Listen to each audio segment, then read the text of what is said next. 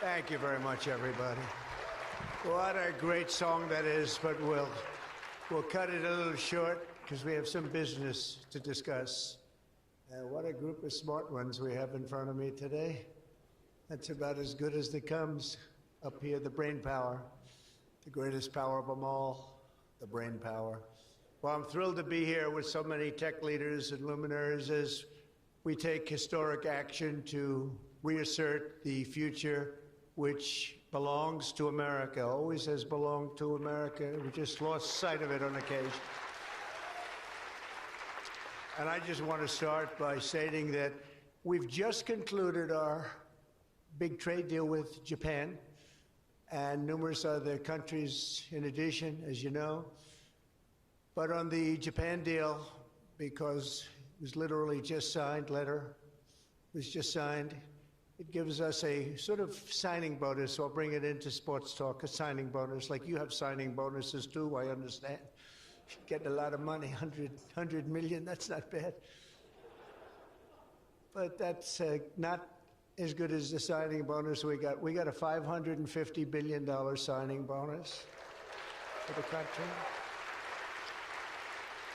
And we had the tariff at 25%. As you know, we had a tariff at 25%. And these are great people that we negotiated with, but we agreed to reduce it to 15 based on the fact that Japan has agreed for the first time ever to open up its country to trade so that all of our American businesses and business geniuses, including many in this room, can go out and do business openly and freely in Japan, a very rich and prosperous and profitable and wonderful country, frankly. And we will pay a zero tariff as we do business in Japan. So we're paying zero, they're paying 15. We're getting $550 billion. And to be exact, it's 90% of that, but we control the whole lot of it. And it's really been great. And they're very happy, and their stock market went up, and our stock market went up, and that's supposed to be the way it is. Ours went way up, and theirs went up. And we've made numerous other deals like that. But the opening up of a country is very important to us. We have numerous countries that have opened their doors, just made some incredible transactions, but we're going to have a very, very simple tariff for some of the countries. There's so many countries you can't negotiate deals with everyone, so we'll have a straight, simple tariff of anywhere between 15 and 50%. A couple we have 15 because we haven't been getting along with those countries too well, so we just say, let's pay 50, and that's the way it is. But remember, we get countries that were closed, always closed. Everyone in this room would never remember any of them to be open. We've offered such a deal to the European Union where we're in serious negotiations, and if they agree to open up the union to American businesses, then we will let them pay a lower tariff. So the tariff is very important, but the opening of a country, I think, can be more important if our businesses do the job that they're supposed to be doing. Such openings are worthy of many points in tariffs, and they're a good thing, not only for, as an example, Japan or Europe, but certainly a great thing for America because it allows our businesses to go out and fairly compete and do really well if they compete properly, like the people that I know. Everyone in this room practically I know has competed very successfully. I haven't seen any, and I know the losers just like I know the winners. I tell you, I don't see any of the losers here. But now if some of the countries that pay 25% or more on autos complain, remember that Japan was willing to pay upfront the $550 billion for that privilege of negotiating with the United States of America. We also made a deal yesterday with the Philippines and Indonesia, which in both cases will be opening up their country. And we're in the process of completing our deal with China. And as you know, the UK, we made a deal. It was a very good deal for everybody. Everybody's happy. It's always nice when everybody can be happy. But mostly we'll be charging straight tariffs to most of the rest of the world because we have over 200 countries. People don't realize that's a lot of deals. Even if you're like me, a deal junkie, that's a lot of deals. That would be too much for anybody. Ooh. How did we do with this country that I never heard of? We got a lot of deals cooking, but America is taking in hundreds of billions of dollars like it never has before.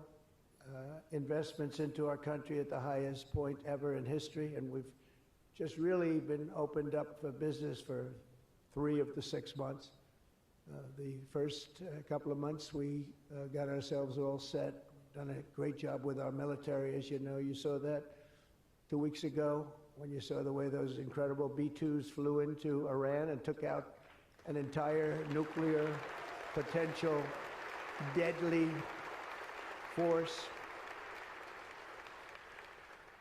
But I want to thank some of the incredible people that I see before me, including White House AI czar David Sachs. He's been great for organizing this very important summit, and especially for putting it in D.C., where it's a little bit easier. I don't know if it's easy for you, but it's a hell of a lot easier for me. Along with his colleagues at the All In podcast, which is very good. I did that podcast a year and a half ago, and I said, this is something that was pretty new, pretty raw. Everybody I knew saw that podcast. I said, well, he's got something pretty good. Who is that guy? He's a smart guy, by the way. I think if I ever get in, which at the time people were saying I had a shot, not as good a shot as it turned out. We won in numbers that nobody believes. We won every swing state. We won by millions and millions of votes, winning the popular vote. We won with the districts, as they would call them, 2,750 to 505. And that's why the map is almost completely red, except for a couple of little blue areas on each side of it. But it was a great experience, frankly, for me, and hopefully it's a great experience and been a great experience for our country, because they're saying we had the greatest 6 months that a president has ever had, the opening 6 months. And I'm not even sure, maybe 6 months, I'm not sure it's the opening, but let's call it the opening 6 months. It sounds a little bit nicer. I want to also say hello and thank to Chamath and his wonderful wife, Nat. Thank you very much for being here. Thank you very much. It was great seeing you again. Great couple. David Friedberg and even, as we know, Jason Calacanis. I say even. Thank you, Jason. Thank you, Jason. I appreciate that. Yeah, he's a good person. Thanks as well to the Hill and Valley Forum and our future Undersecretary of State, Jacob Hellberg. Good work. Go stand up, Jason. Good. I met him a year and a half ago, and I was very impressed. I said, let's bring him in. We bring in a lot of smart people. And David's been unbelievable as the job he's doing. Along with Secretaries Doug Burgum, who's been incredible. Doug? Thank you. Thank you, Doug. Great job. He's producing low-cost energy. We're down to $64. I want to get it down a little bit further if we can. I don't know if the oil companies love that or not, but we want to have very inexpensive electricity so that you can power up the plants, because you need more electricity than any human beings ever in the history of the world. When I heard what you really need, I said, you got to be kidding. Double what we produce right now for everything, right? I don't know, you're going to... Jensen, you're going to have to explain that to me someday, why they need so damn much. Could you do with a little bit less? My father always used to say, turn off the lights, son. But you guys are turning up the lights. I want to thank Howard Lutnick for doing a terrific job. He was involved in the big deal that we just completed with Japan. Howard, wherever you are, Howard.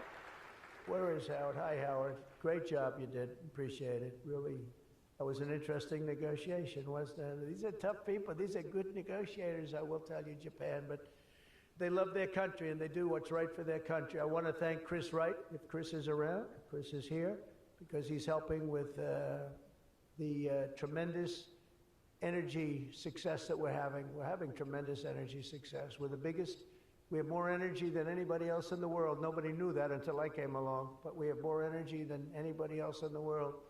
We're making incredible deals on energy, including deals in Alaska. Well, we that's the mother lode, that's the big one, and we're making deals with various Asian countries that need it, and it's actually hard to believe, you don't think of it, but Asia is very close to Alaska, relatively speaking. It's not the closest, but it is pretty much the closest when it comes to oil and gas and energy, and we're making some incredible deals, and I want to thank Chris. Chris is fantastic, works in partnership really with this gentleman who's the head of you've got the land and he's got the energy, right? But they formed a great partnership, Doug. So that's one of the greatest partnerships I've seen in a long time. They work hand in hand, and they have done a great job. Administrators, Kelly Loeffler, I think, is here. Kelly, thank you very much. Hi, Kelly. Thank Kelly. And probably the most important man in the room, and I say it in all sincerity, more important than Doug and Chris and all that energy they're producing. He's a man that produces fast permits on the environmental impact statements. He gets them done. I said, Lee, you have 1 week for nuclear, and you have a couple of days for oil and gas, okay, for the approvals. And we kid, but you know, he really is. He's knocking them out fast. He's knocked out a lot. A lot of you guys have started your plants already, and you've already had your approvals. So where's Lee Zeldin? Is he here? He is so great. This guy, he is so great. That's why he has a slightly better seat than I gave to Doug, you see? He's doing a fantastic job in a lot of ways, but he's doing a great job, and he's getting fast permits, and safe and good and everything else, but he's moving them along rapidly, already given some. And you know, one of the most exciting things we'll talk about in a second is the fact that you're going to build your own electric producing plants when you build whatever you're building, and it's different things, including automobile factories, which are going up all over the place. You'll see them starting soon. They're moving into our country because of the tariffs, because they don't want to pay the tariffs. They're moving into our country at a record speed.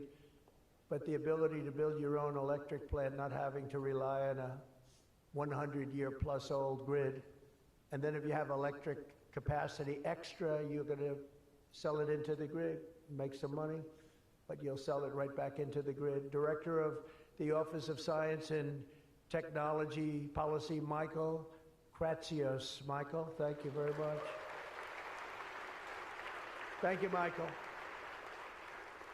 As well, it's supposed to be taking a vote right now, a big vote. Senator Ted Cruz. Is Senator Cruz here? Oh, look at my senator. Why aren't you voting? I think we lost David McCormick, who's voting. So is David here? Because you're supposed to be voting, Ted. I don't know. I'll tell you what, this man works hard. Ted works hard, and he works good. And a very special thanks to some of the top industry leaders here, including somebody that's amazing. I said, look, we'll break this guy up. This is before I learned the facts of life. I said, we'll break him up. They said, don't say it's very hard. I said, why? I said, what percentages of the market does he have? Sir, he has 100%. I said, who the hell is he? What's his name? His name is Jensen Huang, NVIDIA. I said, what the hell is NVIDIA? I've never heard of it before. He said, you don't want to know about it, sir. I figured we could go in and we could sort of break him up a little bit, get him a little competition. And I found out it's not easy in that business. I said, supposing we put the greatest minds together and they work hand in hand for a couple of years. He said, no, it would take at least 10 years to catch him if he ran NVIDIA totally incompetently from now on. So I said, all right, let's go on to the next one. And then I got to know Jensen, and now I see why. Jensen, will you stand up? What a job. What a job you've done. Man. Great. He's a great guy, too. Lisa Su of AMD. Lisa? Lisa? Thank you. Congratulations. Great job. Sham Sanikar of Palantir. We buy a lot of things from Palantir. Where are you? Are we paying our bills? I think so. We just made a deal with the European Union where they're going to pay the United States of America 100% of the cost of all military equipment. They're going to ship it to the European Union, and then they'll distribute it, and much of it will go to Ukraine. It's been a long time since you've heard those words, because we're in for $350 billion. But now we send it to Europe, and Europe pays, and they were great. We had a tremendous NATO meeting a few weeks ago, and it was pretty amazing, actually, what happened. They agreed to go from 2% to 5%, and they had 2% where they didn't pay. They have 5% where they've already paid. That's a big difference. That's trillions of dollars, actually, trillions. But they're going to spend that money in the United States with our defense companies, and we're going to send it to them, and they'll distribute the equipment that we send. So that's the way it should have been 3 years ago, frankly. And Jeff Sprecher, the other half of that incredible family, is he here? Is he here? He's a fantastic guy, international, intercontinental exchange, and he's been a friend of mine for a long time, the husband of Kelly, who's really doing a good job. You are really doing a good job. Small business, which is actually big business if you add it all up, right? Probably the biggest bank there is, but they call it small business, and she's done a fantastic job. Thanks, Kel. Say hello to Jeff. As we gather this afternoon, we're still in the earliest days of one of the most important technological revolutions in the history of the world. Around the globe, everyone is talking about artificial intelligence. I find that too. Artificial, I can't stand it. I don't even like the name. You know, I don't like anything that's artificial, so could we straighten that out, please? We should change the name. I actually mean that. I don't like the name artificial anything, because it's not artificial, it's genius. It's pure genius. And its potential to transform every type of human endeavor and domain of human knowledge, from medicine to manufacturing to warfare and national defense. Whether we like it or not, we're suddenly engaged in a fast-paced competition to build and define this groundbreaking technology that will determine so much about the future of civilization itself, because of the genius and creativity of Silicon Valley. And it is incredible, incredible genius. Without question, the most brilliant place anywhere on earth. America is the country that started the AI race. And as President of the United States, I'm here today to declare that America is going to win it. We're going to work hard. We're going to win it.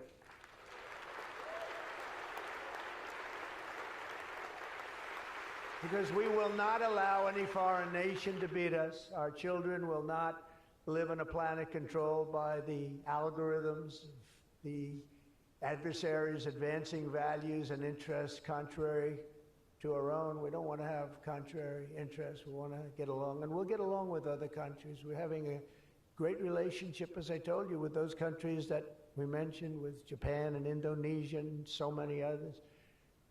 The European Union, we're getting along. We're getting along very well with China. A lot of respect for President Xi. We have a great relationship, and we'll see how it all works out. But we're getting along with countries it's really been pretty amazing, I will say that, and it's a good thing. It's a good thing, not a bad thing. So from this day forward, it'll be a policy of the United States to do whatever it takes to lead the world in artificial intelligence. Such an important thing happening. This is really something that nobody expected. It just popped out of the air, and here we are. But we will defend our nation, our values, our future, and our freedom, and it will be really great. But what we really need to be successful is a very simple phrase called common sense, and that begins with a common sense application of artificial and intellectual property rules. It's so important. You can't be expected to have a successful AI program when every single article, book, or anything else that you've read or studied, you're supposed to pay for. Gee, I read a book, I'm supposed to pay somebody. And you know, we appreciate that, but you just can't do it because it's not doable. And if you're going to try and do that, you're not going to have a successful program. I think most of the people in the room know what I mean. When a person reads a book or an article, you've gained great knowledge. That does not mean that you're violating copyright laws or have to make deals with every content provider. And that's a big thing that you're working on right now, I know, but you just can't do it. China's not doing it, and if you're going to be beating China, and right now we're leading China very substantially in AI, very, very substantially, and nobody's seen the amount of work that's going to be bursting upon the scene, but you have to be able to play by the same set of rules. So when you have something, when you read something, and when it goes into this vast intelligence machine, we'll call it, you cannot expect to every single time say, oh, let's pay this one that much, let's pay this one. It just doesn't work that way. Of course, you can't copy or plagiarize an article, but if you read an article and learn from it, we have to allow AI to use that pool of knowledge without going through the complexity of contract negotiations, of which there would be thousands for every time we use AI. We also have to have a single federal standard, not 50 different states regulating this industry of the future. And some people would say, gee, that's an unpopular thing to say. I was told before I got up here, this is an unpopular thing because some people, they don't want that. But I want you to be successful. And you can't have one state holding you up. You can't have 3 or 4 states holding you up. You can't have a state with standards that are so high that it's going to hold you up. You have to have a federal rule and regulation. Hopefully you'll have the right guy in this position that's going to supplant the states. If you are operating under 50 different sets of state laws, the most restrictive state of all will be the one that rules. So you could have a state run by a crazy governor, a governor that hates you, a governor that's not smart, or maybe a governor that's very smart, but decides that he doesn't like the industry and he can put you out of business because you're going to have to go to that lowest common denominator. We need one common sense federal standard that supersedes all states, supersedes everybody, so you don't end up in litigation with 43 states at one time. You got to go litigation free. It's the only way. And we also have to watch Europe, Asia, and all foreign countries so that they don't make rules and regulations that likewise make it impossible for you to do business, and where you'd have to make everything in AI cater to them, because again, you'd have to cater to the toughest country or to the toughest state. You can't do that because it would ruin it. I just terminated all of the, as an example, California car emissions rules, which were a disaster. It cost them just billions of dollars as an industry, but thousands of dollars per car. The emission rule standard, because they were making the production of an automobile almost impossible and at a tremendously higher cost, much more expensive than it should cost, for very little gain, for actually, in my opinion, negative gain. The automobile was worse. Under this administration, our innovation will be unmatched and our capabilities will be unrivaled. And with the help of many of the people in this room, America's ultimate triumph will be absolutely unstoppable. We will be unstoppable as a nation. Again, we're way ahead and we want to stay that way. We can't let individual smaller units stop it, because that's the only thing that can stop it and can really mess it up. As with any such breakthrough, this technology brings the potential for bad as well as for good, for peril as well as for progress. But the daunting power of AI is it's not going to be a reason for retreat from this new frontier. On the contrary, it is the more reason we must ensure it is pioneered first and best. We have to have the best, the first pioneer. We are the best and the first pioneers, and we're going to be really putting a nation that we love, America, we're going to be putting it first. I have an expression, America first, make America great again. A lot of great expressions, but they're all so true. To make America great again, we're going to make this industry absolutely the top, because right now it's a beautiful baby that's born. We have to grow that baby and let that baby thrive. We can't stop it. We can't stop it with politics. We can't stop it with foolish rules and even stupid rules. At the same time, we want to have rules, but they have to be smart. They have to be brilliant. They have to be more brilliant than even the technology itself. Surely there will be challenges on the path ahead, but together we will meet them and transcend them all. We are Americans, and we are Americans first. I have a couple of people I know that don't happen to be from here, but I wish you a lot of luck anyway. I was looking at 3 people that are not Americans, but they're very good people. Please treat them nicely. But we do not shrink from the future or cower in the face of uncertainty. We dominate the future. We conquer new frontiers, and we control our own fate, and we determine by doing that our own destiny. Winning this competition will be a test of our capacities unlike anything since the dawn of the space age. I believe that. It's hard to believe as the president, the amount of enthusiasm for this one industry. I mean, I can talk about cars where we're doing incredibly well. We have car companies moving in all the time, but I talk about other industries. Everybody's saying this is going to dominate the world. It's going to dominate every industry that ever conceived. I don't know if that's true. I don't know if it's true, but I can tell you that a lot of very brilliant people think it is true. It'll dominate everything. It will challenge us to marshal all of our strength and flex the muscles of American ingenuity and resolve like probably never before. It will require us to blast through obsolete systems, cut through thickets of regulation. We've got to get rid of some of the regulation, but we want good regulation and rebuild the industrial bedrock of our country. And perhaps most importantly, winning the AI race will demand a new spirit of patriotism and national loyalty in Silicon Valley and long beyond Silicon Valley.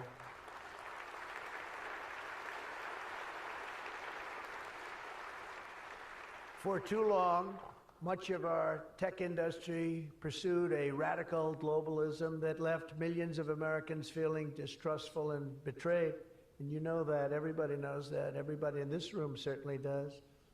Many of our largest tech companies have reaped the blessings of American freedom while building their factories in China, hiring workers in India, and slashing profits in Ireland. You know that? All the while dismissing and even censoring their fellow citizens right here at home. Under President Trump, those days are over. We need U.S. technology companies to be all in for America. We want you to put America first. You have to do that. That's all we ask. That's all we ask. To partner with our tech geniuses in achieving this vision today, we're releasing the White House AI Action Plan. Big stuff, signing it right after this. In fact, I see it sitting right there. Maybe I should just sign it right now. Who the hell has to make the rest of this speech, right? But here are the pillars of the strategy. First, my administration will use every tool at our disposal to ensure that the United States can build and maintain the largest, most powerful, and most advanced AI infrastructure anywhere on the planet. America needs new data centers, new semiconductor and chip manufacturing facilities, new power plants and transmission lines. And under my leadership, we're going to get that job done, and it's going to be done with certainty and with environmental protection and all of the things that we have to do to get it done properly. Virtually all of these large capital investments can be and should be made by the private sector. And they want to do that. They just want to be able to do it. But for that reason, America must once again be a country where innovators are rewarded with a green light, not strangled with red tape so they can't move, so they can't breathe, and that's not going to happen. You're going to see things that you've never seen in this country before.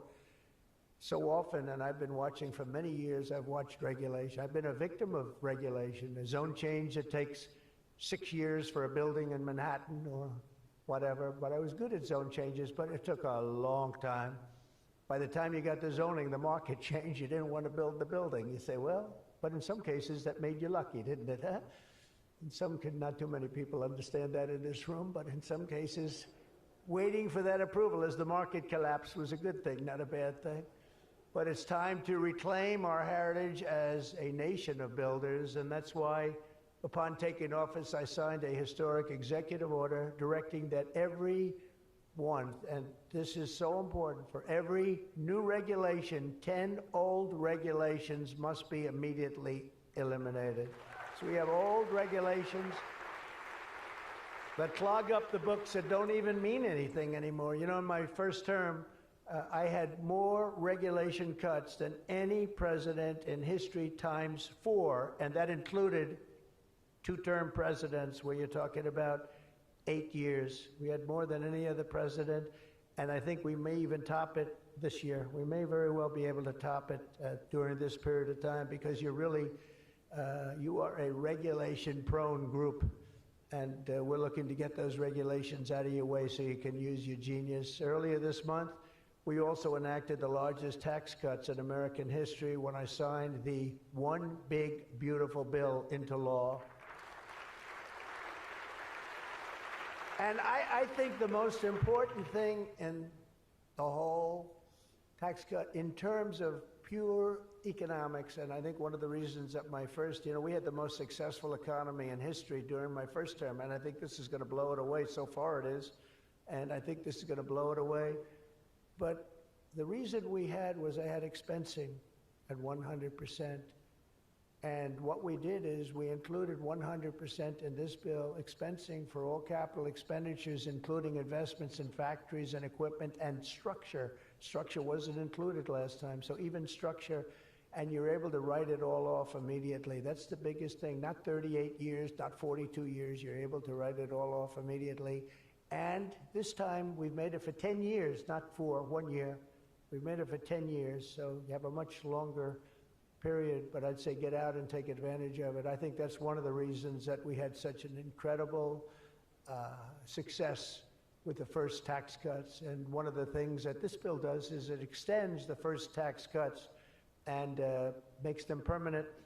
And in addition to that, we were granted other taxes, like no tax on tips, no tax on Social Security, no tax on overtime. A lot of great things. One of the things that I mentioned, not so pertinent here, but if you're in the automobile business, it's pertinent. I said, why is it that people like us always are looking for expenses and deductions, and people that buy automobiles that really have to go out and borrow money to buy a car, why aren't they allowed to deduct the interest on their loan to buy a car from their income tax? And we got it approved. We got it approved. And that is such a big thing. And I think that's going to be such a big thing for the automobile industry. We're going to be making more cars. Within a few years, we're going to be making more cars than we made in the very beginning, in the super prime. We lost almost 50% of our automobile business to Mexico, Canada, and various other places, as you know, in Europe and in Asia. And now we're getting it back. We're getting it back in record numbers, and I think we're going to be topping any amount. In a few years, we'll be making more automobiles than we've ever made in the history of our country, including what I call prime time. My administration is also pursuing a future of all-out American energy dominance, and on day one, I terminated the Green New Scam. You know what that was? You were all victims to it. Perhaps the second or third greatest scam in the history of our country. I would say the first was Russia, Russia, Russia, and we had a couple of others too. But the Green New Scam was one of the greatest. It's so ridiculous what they've made you do. The carbon footprint. They talked about the carbon footprint, and then Obama hops onto a 747 Air Force One and flies to Hawaii to play a round of golf and comes back. What about the carbon footprint? No, we didn't like that. And what Biden has done is absolutely terrible. He made it impossible, almost impossible for people to do business, not even talking about the border, where millions and millions of people flowed into our country, many from prisons, from jails, from gangs, from mental institutions all over the world. No, we're not doing that. We have to get them out. We've got 11,888 murderers, many of them committed more than one murder. Many of them, more than 50%, committed more murders. We're getting them out of our country, or in some cases they're so bad, we're not getting them out. We're having to lock them up because we don't want them ever to come back, no matter how good we're doing. Last month, you probably read, we had 0 people enter our country illegally. And over the last number of years, you'd have hundreds of thousands, literally hundreds of thousands of people a week pour into our country, totally unvetted and unchecked. And what the hell were they thinking? What they've done to our country is so sad, and we can never forget it. But we're unleashing all forms of energy, including natural gas, oil, and clean, beautiful coal. I instructed my people, in the form of Chris and Doug in particular, you are not allowed to say the word coal without saying clean, beautiful in front of it. You can only say clean, beautiful coal. It's a little embarrassing because we had somebody making a speech the other day, right? And he mentioned the word coal about 30 times because that was the subject. And he kept going clean, beautiful. I wanted to say, okay, just take it easy. You could just, got a little bit crazy, right, Doug? But it's, you know, China's using it. They're building now 57 big power plants, all fueled by coal. And we have to compete, we have to win, and we're going to have clean, beautiful coal, but we have more coal than any. We have more anything in terms of energy than anybody. Oil and gas, we also have more coal. In May, I also signed an executive order to rapidly begin construction of safe, reliable nuclear reactors. That's a big thing now. And many of you are going to be using nuclear. You know, I had problems with nuclear. I saw some of the things, but what they've done with nuclear is like what you've done with AI and other things. It's incredible, actually. It's long-term, it's inexpensive, it's safe. What they've done is really amazing. So we opened up the industry, very strict rules, but we opened up the industry, and some of you are going to choose nuclear over oil and gas or whatever it might be. Under the last year of Biden, China added 11 times as much power generation capacity as did the United States. Can you imagine that 11 times? Under the Trump administration, we will be saying those very famous campaign words, drill, baby, drill, and build, baby, build. And we will be adding at least as much electric capacity as China. We think we're going to catch them and maybe even have something a little bit extra. They're going very rapidly, but so are we. And we'll be doing at least as much, and every company will be given the right to build their own power plant. So when you build, you can build your power plant with it, and you are essentially going to become your own utility. It's a utility to yourselves. And as I said, any excess energy you're going to sell back to the grid and make plenty of money doing it. As a result of these pro-American policies since my election, we're seeing trillions and trillions of dollars in new investments. So at this moment, we have almost $17 trillion coming into this country. There's never been a period of time like that. And that's in a period of a few months. In a few months, Meta, Amazon, Google, Microsoft are all investing $320 billion or more in data centers and AI infrastructure this year. Those companies are really, they're really going at it, and they're very smart people, very good people. I got to know a lot of them. You know, I didn't like them so much the first term when I was running. I wouldn't say I was thrilled with them, but I've gotten to know them and like them. And I think they got to like me, but I think they got to like my policies maybe much more than me. NVIDIA has committed $500 billion over the next 4 years. Thank you, Jensen. I'm sure that'll be a good investment. If you're doing it, it's good. Thank you very much. It's a great statement.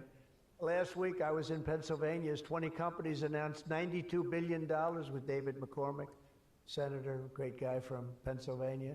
$92 billion in energy and data center projects, including what will soon be the largest natural gas power plant anywhere in North America. They're going to town. It's already under construction, the largest in North America by far. For decades, we had leaders who spent their time focused on building up foreign nations.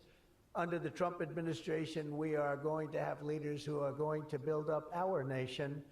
This colossal investment in AI infrastructure and many other industries, for that matter, such as automobiles and so many other things, will also create thousands and thousands of great-paying jobs, the kind of jobs we want, including lots of blue-collar jobs. And you know, our numbers are very good right now, but wait till you see these numbers in 2 years from now. It will mean higher wages and more opportunity for millions of energy workers, HVAC technicians, engineers, electricians, and the hardworking citizens who make our country run. These are great people that make our country actually run. To ensure America maintains the world-class infrastructure we need to win today, I will sign a sweeping executive order to fast-track federal permitting, streamline reviews, and do everything possible to expedite construction of all major AI infrastructure projects. And this will be done. You will get so good a service in so many ways, not only from Lee with the environment, but you need many other types of permits, and you're going to go so fast. You're going to say, well, wait a minute, this is too fast. I didn't expect to go this quickly. This is a problem. I may cause a problem in opposite, but including factories, data centers, and power plants of all kinds, the United States will have total industrial and technological supremacy.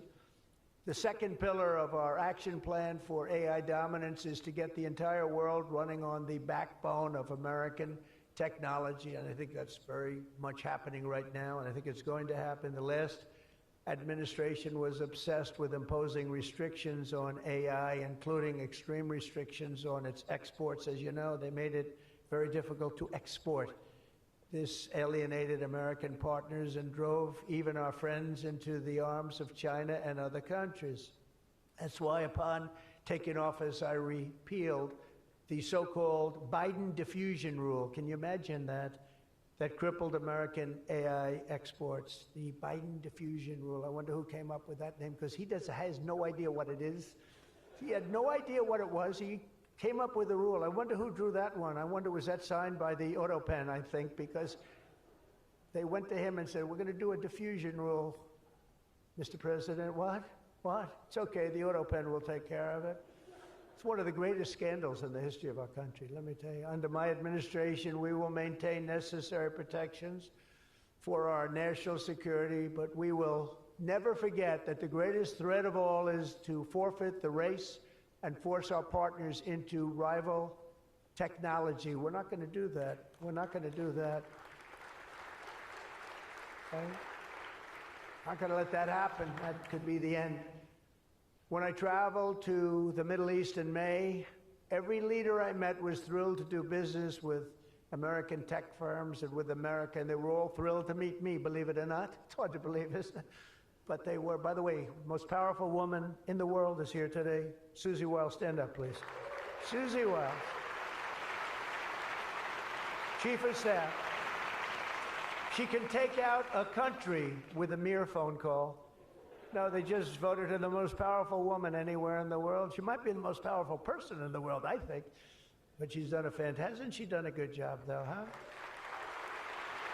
Good. But we're going to come home with trillions and trillions of dollars in deals, and that's the way it is. But the King of Saudi Arabia, I met three great leaders. I went to three countries predominantly. King of Saudi Arabia said, and I can say that Qatar and UAE, the leaders, brilliant guys, great people, they said the same thing. They said, you know what, that 1 year ago, your country was dead. It was a dead country. They were looking at China, they were looking at other places, but you had a dead country. And today, Mr. President, you have the hottest country anywhere in the world. They said that, and they meant it so strongly. And when I went to NATO 2 weeks ago, where we made the deal where they pay 5% instead of 2%, they said the same exact thing. They said, boy, I tell you what a difference it is. It's a year ago, you people were dead. We didn't think you were going to make it as a country. Today, you're the hottest country in the world. They all said it. All those leaders said it, 30 of them. So today, I'm signing another major executive order that will turn America into an AI export powerhouse. Under this order, Secretary Lutnick and Secretary Marco Rubio's doing a great job as Secretary of State, will work to rapidly expand American AI exports of all kinds, from chips to software to data storage of all kinds. And that's very important. That's going to give you the freedom to do what you want to do. And third, once and for all, we are getting rid of woke. Is that okay? Because I know you had to hire all woke people.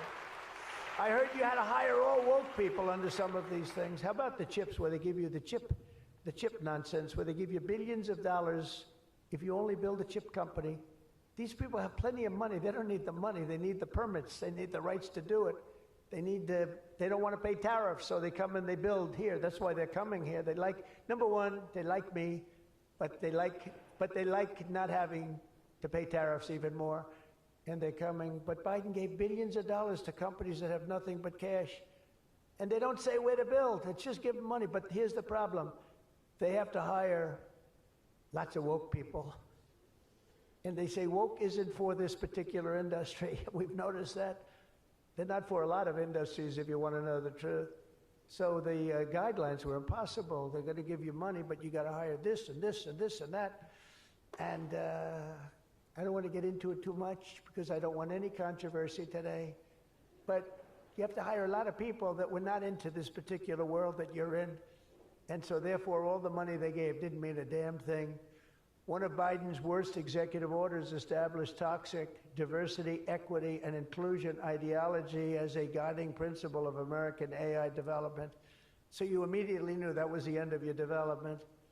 But the American people do not want woke Marxist lunacy in the AI models, and neither do other countries. They don't want it. They don't want anything to do with it. That's why on day one, I very proudly terminated Joe Biden's order on woke AI effective immediately.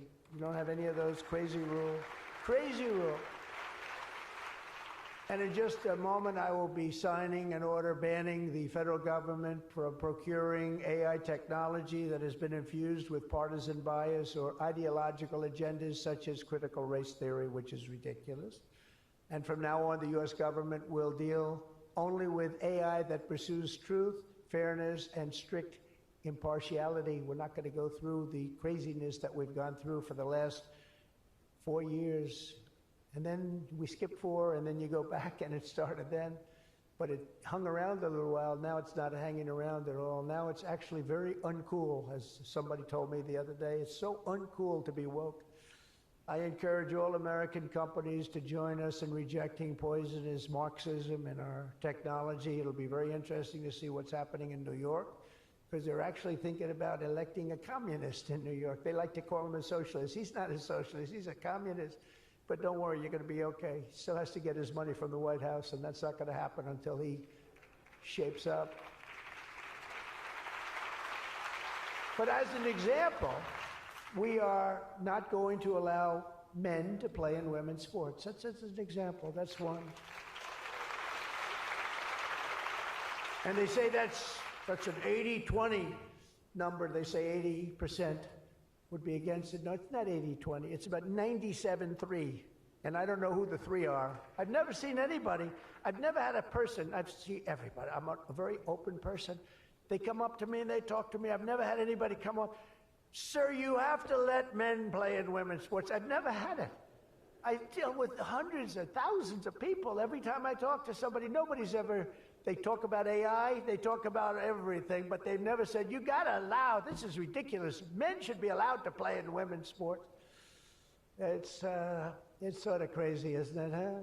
You have to see, did you see the race? It was a race, a long distance marathon, one of those all-day deals, and we had one of the great female runners, and we had one of the great male runners, and at the end of the day, he won the race by 5 hours and 14 seconds.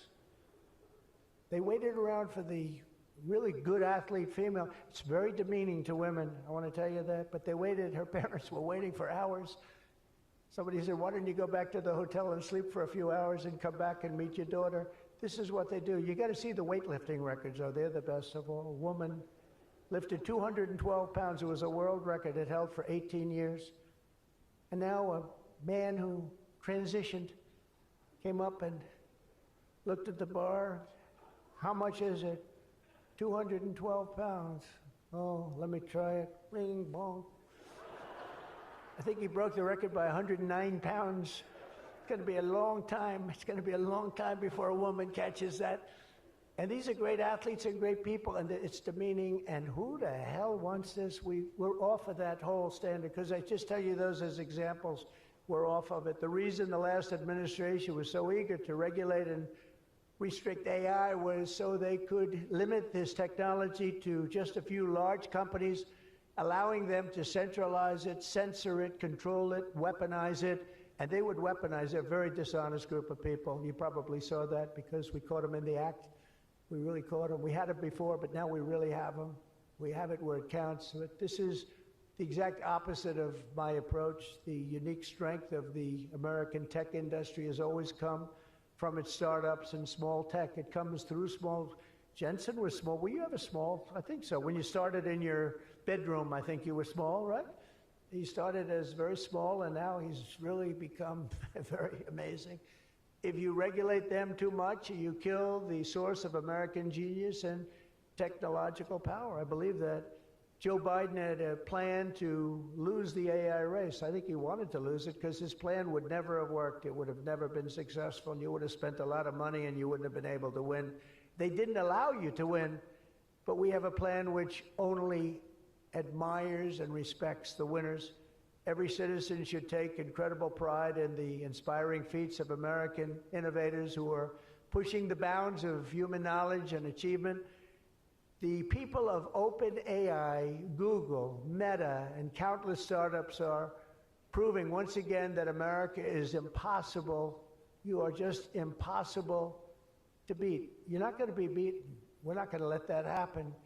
When you do your best, when you work your hardest, and when you're allowed to be free of horrible, foolish regulation. And you're going to have regulation, but it's going to be sensible, smart regulation.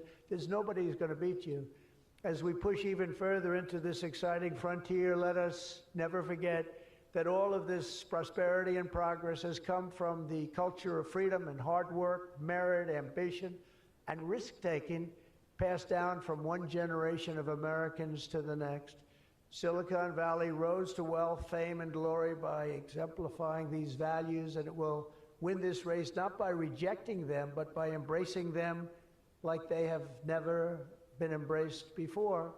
We must put America first. This is a nation that invented the light bulb, the telegraph, the television, the telephone, the computer chip, the smartphone, the GPS, the integrated circuit, and even the internet.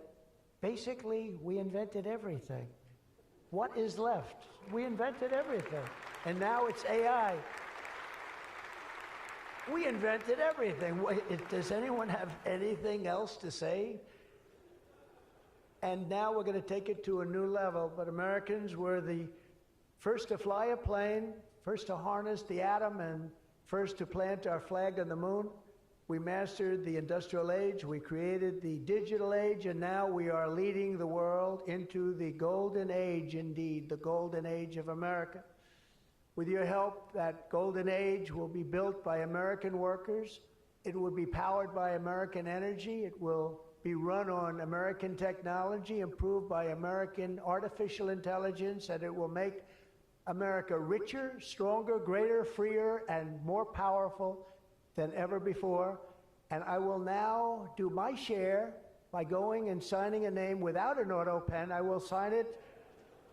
If we had one, I wouldn't use it anyway. But we will sign it auto pen free, and we will say, Donald J. Trump, God bless America, and God bless you, and good luck, because the race has just begun, and you're going to win it. Thank you very much, everybody.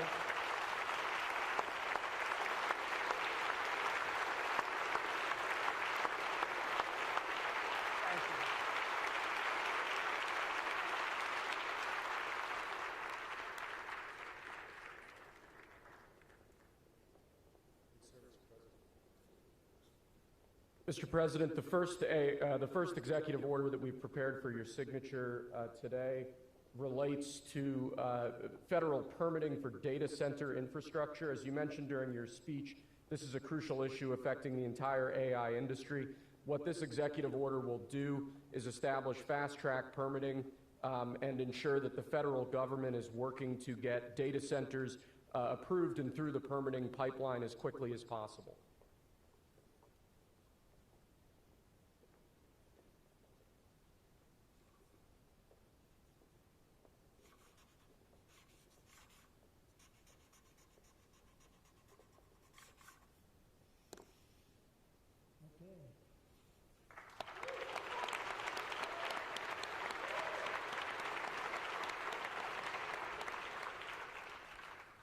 As you said before, sir, it's absolutely essential that American AI models and the American AI industry dominates the future of this industry around the world.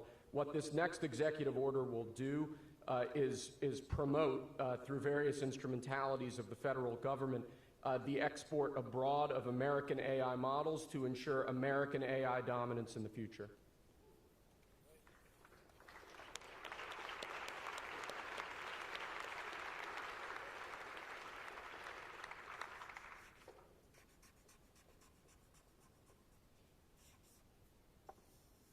Okay.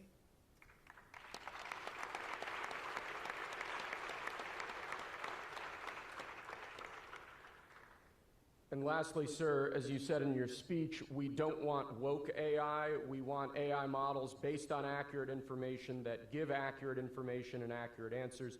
This executive order will ensure that when the federal government procures or promotes different AI models, that those AI models are ideologically neutral, that they don't embrace wokeism and critical race theory and all of these terrible theories that have done so much damage to our country.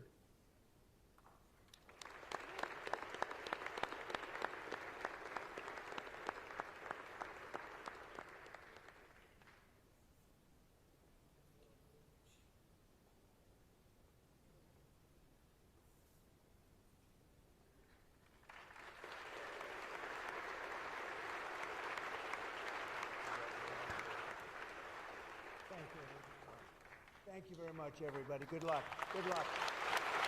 Thank you.